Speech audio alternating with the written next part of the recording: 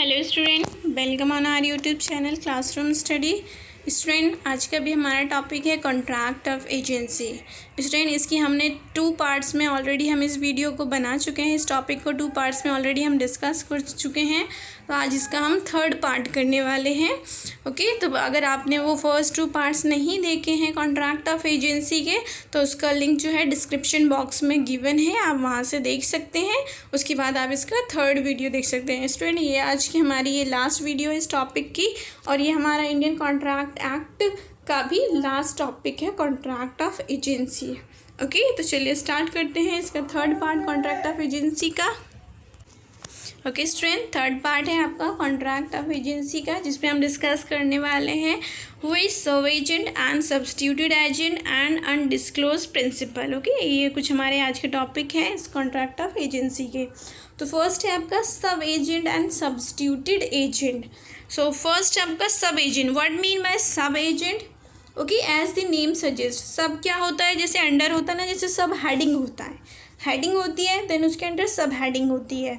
तो सेम जैसे फर्स्ट आपका एजेंट है, उसके अंडर जो पर्सन अपॉइंट होगा ना, दैट्स कॉल्ड सब एजेंट। ओके, अब सब एजेंट और प्रिंसिपल और जो आपका एजेंट है, उनके बीच में क्या रिलेशंस होते हैं, तीनों के क्या लीगल पोजीशन होती है, वो हम डिस्कस करेंगे। सो फर्स्ट ऑफ ऑल देखते हैं मीनिंग क्या है सब एजेंट का।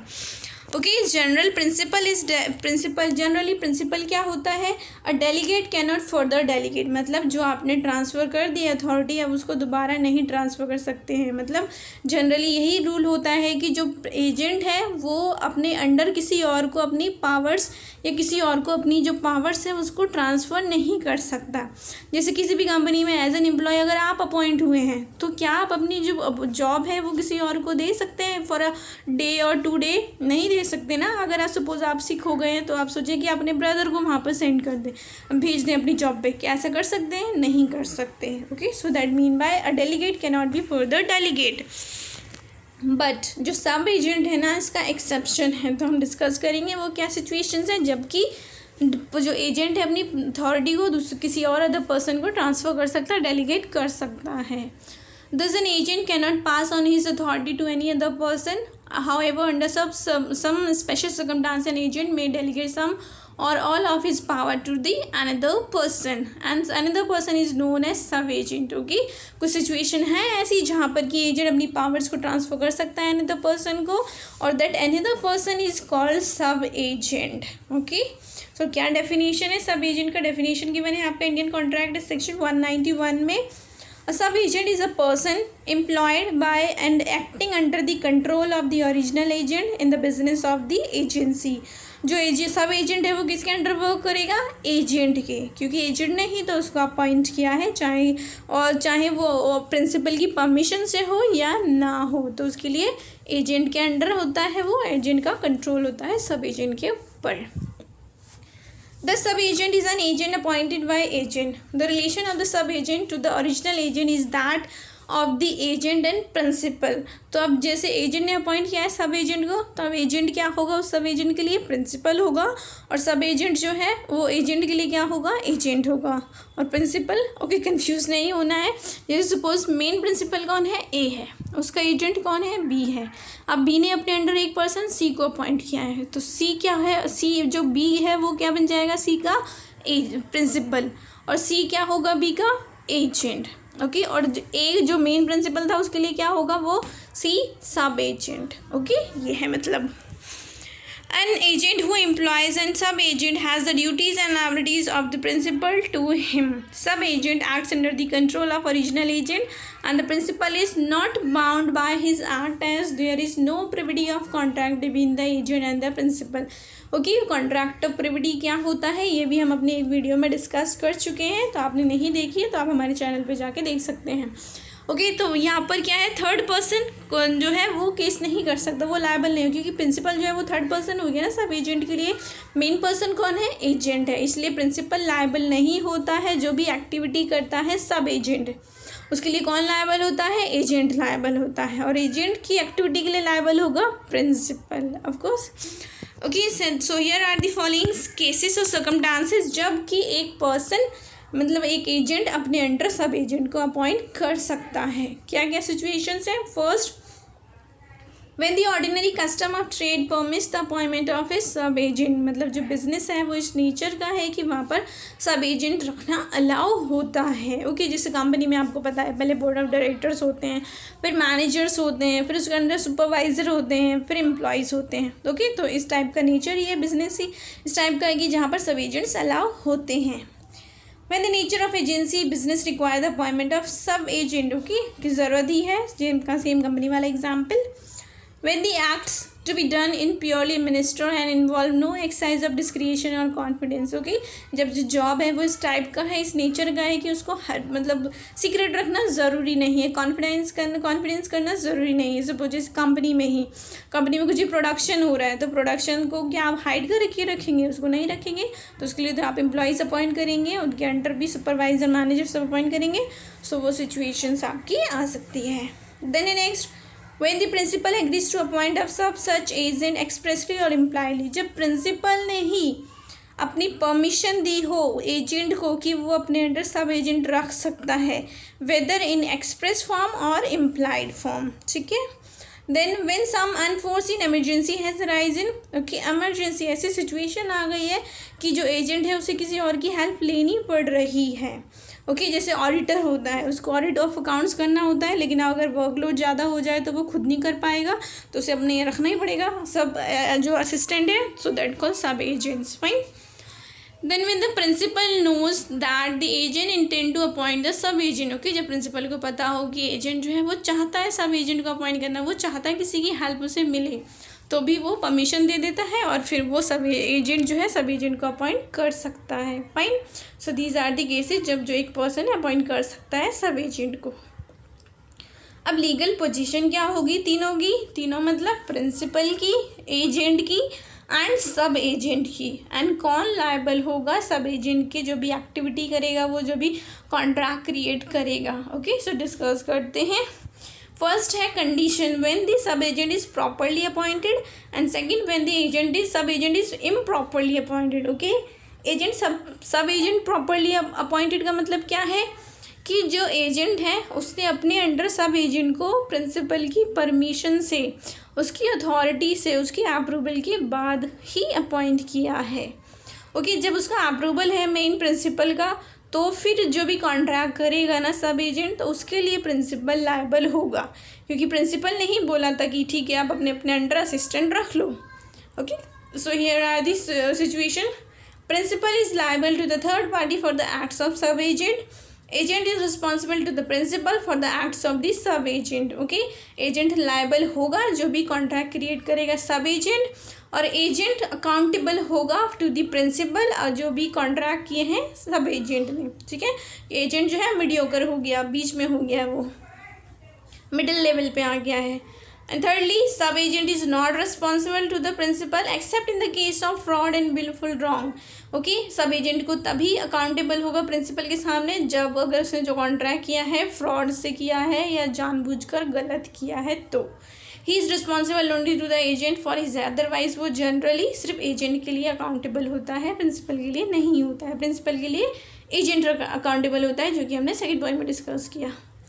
ओके, देन है second, when the sub agent is improperly appointed. Okay, improperly मतलब without the permission of the principal आपने अपॉइंट किया है सब एजेंट, तो फिर क्या रिलेशंस होंगे, लीगल पोजीशन होंगी। Following are the, first, principal is not represent by sub agent and hence he is not answerable for the act of sub agent. तो प्रिंसिपल जो है वो लायबल नहीं होगा, वो बाउंड नहीं होगा कोई भी कॉन्ट्रैक्ट अगर सब एजेंट क्रिएट करता है तो, क्योंकि उसकी अथॉरिटी से नहीं आया है वो, इसलिए लायबल नहीं होगा।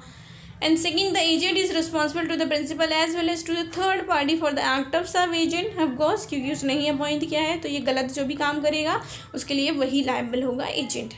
The sub agent is not responsible to the principal at all, he will be answerable only to the employer means agent. वो है ही, क्योंकि उसको किसने अपॉइंट किया है, एजेंट ने अपॉइंट किया है, तो वो बस उसके लिए ही अकाउंटेबल होगा और किसी के लिए नहीं। ओके, अकाउंटेबल मतलब उसको अपना आंसर देना होगा ना, जवाबदेही देनी होगी। ओके, देन है second types of agent, substituted agent. Okay, important है ये आपका sub agent and substituted agent. So substituted as the name suggest, substitute मतलब क्या होता है, रिप्लेस करना। ओके आपने इकोनॉमिक्स में पढ़ा भी होगा सब्स्टिट्यूटेड गुड्स जो जैसे आपके होते हैं टी एंड कॉफ़ी, कि अगर सपोज आपको टी अवेलेबल नहीं है मार्केट में तो आप कॉफ़ी करेंगे ना, और कॉफ़ी नहीं है अगर तो टी लेंगे। ओके सो सब्स्टिट्यूट तो सेम यहाँ पर है कि सपोज कि अगर आप कोई भी जॉब नहीं कर सकते हैं, कोई भी पर्टिकुलर टास्क नहीं कर सकते जो प्रिंसिपल चाहता है, तो आपकी जगह पे किसी और को पर्सन को अपॉइंट किया जाएगा। सो दैट कॉल सब्स्टिट्यूटेड एजेंट। अब वो जो सब्स्टिट्यूटिंग एजेंट है वो एजेंट भी सजेस्ट कर सकता है या प्रिंसिपल अपने खुद से ही अपॉइंट कर सकता है। ओके सो डेफिनेशन की मैंने सब्स्टिट्यूट एजेंट की according section 194 of the Indian contract act. A substitute agent is a person who is named by the agent holding an express or implied authority to the name another person to act for the principal in the business of the agency. Such person is an agent of the principal for such part of the business of the agency is entrusted to him. Okay? क्या होता है वो एक special task के लिए appoint होता है generally. जैसे अगर सपोज आपको अपनी प्रॉपर्टी, प्रिंसिपल को अपनी प्रॉपर्टी सेल करनी है, तो आपसे पूछता है किसी पर्सन से, उसका जो लॉयर है उससे बोलता है ऑनर कि मुझे अपनी प्रॉपर्टी सेल करनी है। तो लॉयर क्या है, किसी प्रॉपर्टी डीलर को जानता है, वो उसका नेम उसको दे देता है, मतलब उसको वो अपॉइंट कर लेता है as an agent.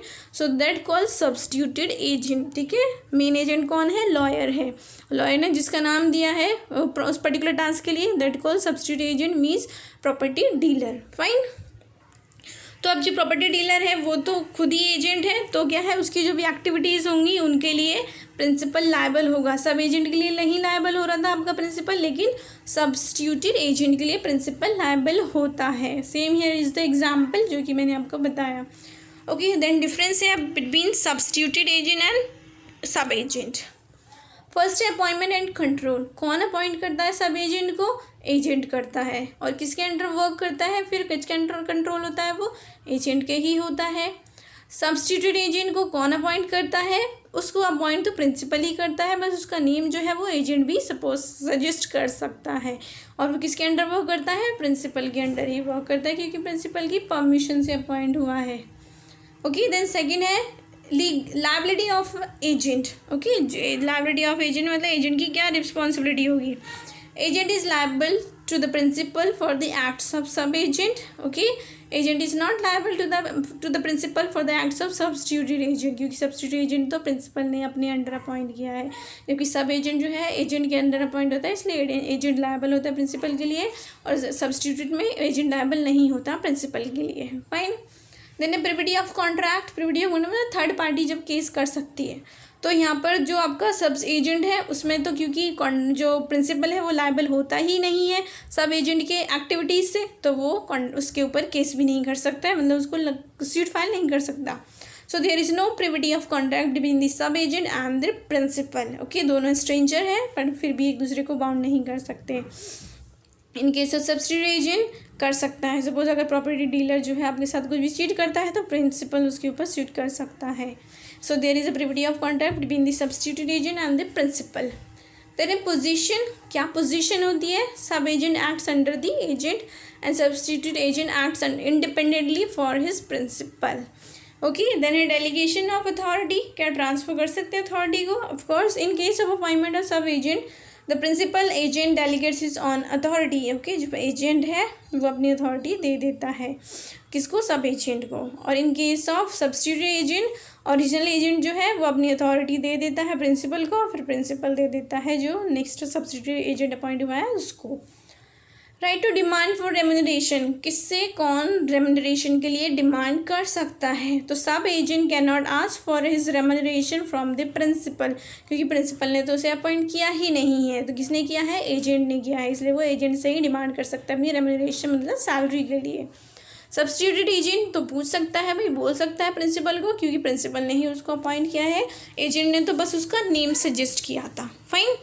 Then accountability, sub agent may be hold accountable to the principal only for his wrong acts और दी फ्रॉड। ओके अगर जो सब एजेंट है कुछ भी गलत करता है तो उसके लिए एजेंट अकाउंटेबल होगा in front of the principal, ना कि sub agent.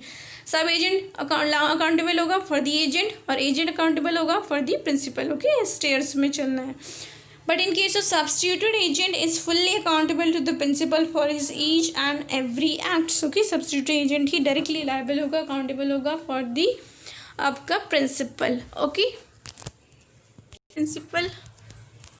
Okay, what mean by undisclosed principal. Next heading है हमारा and S the name suggest. Okay, जो कि प्रिंसिपल जो कि डिस्क्लोज ना हो, मीन्स जो कि थर्ड पार्टी को पता ना हो कौन है प्रिंसिपल इस पर्टिकुलर एजेंट के लिए, या तो एजेंट खुद भी नहीं बताता है या वो ऐसा पता नहीं चलता है उसकी एक्टिविटी से। Okay, so let's see.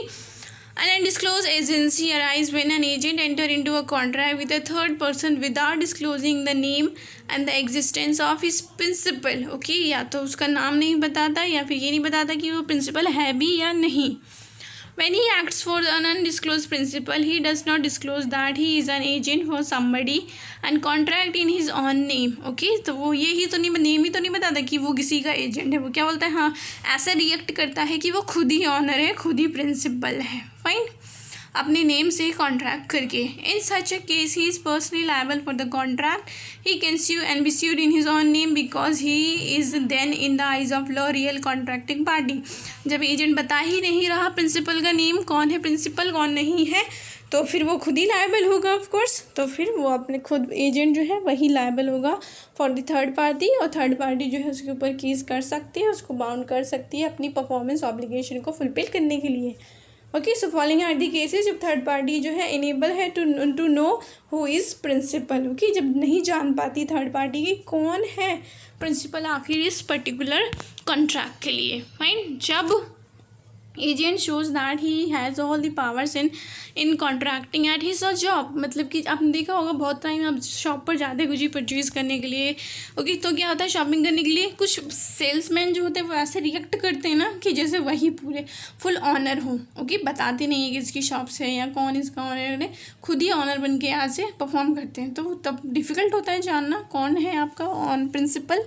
Okay, so that situation called undisclosed principal. Then when he does not disclose the name of the principal, आपके कहने पर भी नेम नहीं बताता है अगर, तो फिर वो खुद ही लायबल होगा। मतलब आप उसके ऊपर ही स्विट कर सकते हैं अगर वो जो आपके साथ कॉन्ट्रैक्ट किया है उसमें डिफेक्ट करता है तो। ठीक है, then when the enters into the contract in his own name, अपने नेम से कॉन्ट्रैक्ट करता है। बोलते हैं, आपने देखा हो ना बहुत से सेल्समैन बोलते हैं कुछ भी हो जाए आप आ जाना, मैं इसको एक्सचेंज कर दूंगा। ओके, अब मैं यहाँ पर हूँ एंड ऑल, ऐसे मतलब पूरा आपको श्योरिटी देते हैं। So that situation is called undisclosed principal. Okay, तो अब क्या लीगल पोजीशन क्या होती है पर्सन्स की in case of, okay, under such situation the position of agent and principal and the third party क्या होती है। सो फर्स्ट है पोजीशन ऑफ प्रिंसिपल। क्या प्रिंसिपल की पोजीशन होगी जहाँ पर कि थर्ड पार्टी को पता ही नहीं है कौन है principal. So when undisclosed principal is subsequently discovered और he himself intervenes, the other contracting party may sue either principal or the agent or the both. The principal may also, if he likes, require the performance of the contract from other contracting party, but in such a case he must allow to third party all the benefits of the payment made. Okay, कि अगर undisclosed है आपको पता नहीं है, लेकिन बाद में अगर आपको पता चल जाता है, ओके, जैसे आप जाते हैं मॉल में शॉपिंग करने तो जो स्टोर्स हैं वहाँ पे स्टोर कीपर होते हैं जनरली, वही आपको प्रोडक्ट सेल करते हैं, लेकिन आपको पता है किस ब्रांड का है, मतलब कौन है इसका ऑनर, तो आप दोनों के ऊपर केस कर सकते हैं या फिर डायरेक्टली जो वहाँ पर सेल्स पर्सन था उसके ऊपर भी कर सकते हैं या फिर सिर्फ प्रिंसिपल के ऊपर भी कर सकते हैं। Fine, then position of the agent. Agent की क्या एजेंट मतलब जो सेल्स पर्सन है वहाँ पर शॉप में, वो agent has all the rights of an agent as against the principal, but he regards the third party. He is personally liable on the contract and he may be sued on the contract and he has the right to sue the third party. Okay, वो as a principal work कर रहा है ना, क्योंकि नहीं बता रहा कौन है प्रिंसिपल अगर तो फिर वो खुद ही पर्सनली लायबल होगा शॉपकीपर, और वो जो थर्ड पार्टी है वो शॉपकीपर के ऊपर कर सकती है केस फाइल, शीट फाइल, और वो थर्ड जो शॉपकीपर है वो भी कस्टमर के ऊपर कर सकता है अगर कस्टमर की फॉल्ट है तो। Fine, then position of the third party. अब थर्ड पार्टी क्या पोजीशन होगी इन केस ऑफ आपका undisclosed principal. So following are the position means following are the rights जो कि एक थर्ड पार्टी मतलब कस्टमर के पास हैं। First, right to refuse the contract. Of course आप कॉन्ट्रैक्ट करने से डिनाई कर सकते हैं कि मुझे नहीं परचेज़ करना है, मुझे नहीं कोई भी आपकी प्रॉपर्टी चाहिए जो भी कॉन्ट्रैक्ट आपने किया है। Right to set off. Set off मतलब कि अगर आपको कुछ पेमेंट उसको देनी थी शॉपकीपर को या प्रिंसिपल को, या उसको आपको देनी थी, लेना था आपने, तो वो सेट ऑफ कर दिया। ओके, सेटलमेंट कर दिया फुल क्लेम। राइट टू स्यू है ऑफ कोर्स आपके पास केस करने का, अगर आपके साथ डिफेक्ट करता है तो। ओके, एग्जाम्पल भी है यहाँ पर। A enters into a contract with B to sell him 100 bales of cotton. Afterwards discover that B was acting as an agent for the C. उसे पता चल गया कस्टमर को जो बी है वो एजेंट है, ओके, सी का। ए में स्यू इधर बी और सी, ओके, किसी पर भी केस कर सकता है अगर जो उसने परचेज किया प्रोडक्ट बेल्स ऑफ कॉटन, किसके ऊपर, बी के ऊपर, एजेंट के ऊपर, या फिर ऑनर सी के ऊपर, या फिर दोनों के ऊपर भी, फॉर द प्राइस होती है, क्योंकि दोनों ही लायबल है ना उस पर्टिकुलर कॉन्ट्रैक्ट के लिए, इसलिए। फाइन, सो नाउ क्वेश्चंस इस टॉपिक से रिलेटेड, जो भी हमने टॉपिक डिस्कस किए इस वीडियो में उन सब से रिलेटेड। सो फर्स्ट है आपका define the meaning of sub agent, substitute agent, and also define the legal position of between principal agent and sub agent. Okay, हमने तीनों के बारे में किया है, दोनों सिचुएशन में, सब एजेंट के केस में भी और सब्स्टिट्यूट एजेंट के केस में भी, तो आप वो एक्सप्लेन करेंगे। Then second question, difference between sub agent and substitute agent. Okay, tabular form में हमने डिस्कस किया था, वो आप एक्सप्लेन करेंगे इसके लिए। And third question, who is an undisclosed principal, कौन है, बताना है आपको, क्या रूल्स है, क्या लायबिलिटीज़ है, क्या पोजीशन है आपकी ऑनर प्रिंसिपल की और एजेंट की और थर्ड पार्टी की in the case of undisclosed principal, तो वो आपको एक्सप्लेन करना है। ओके, हमने तीनों क्वेश्चंस के आंसर किए हैं, आप तीनों एक्सप्लेन कर सकते हैं इसमें। ओके, और ये हमारा लास्ट टॉपिक था इंडियन कॉन्ट्रैक्ट एक्ट का। हमारा आज इंडियन कॉन्ट्रैक्ट एक्ट पूरा हो गया है। नेक्स्ट वीडियो में नेक्स्ट एक्ट स्टार्ट करेंगे। ओके।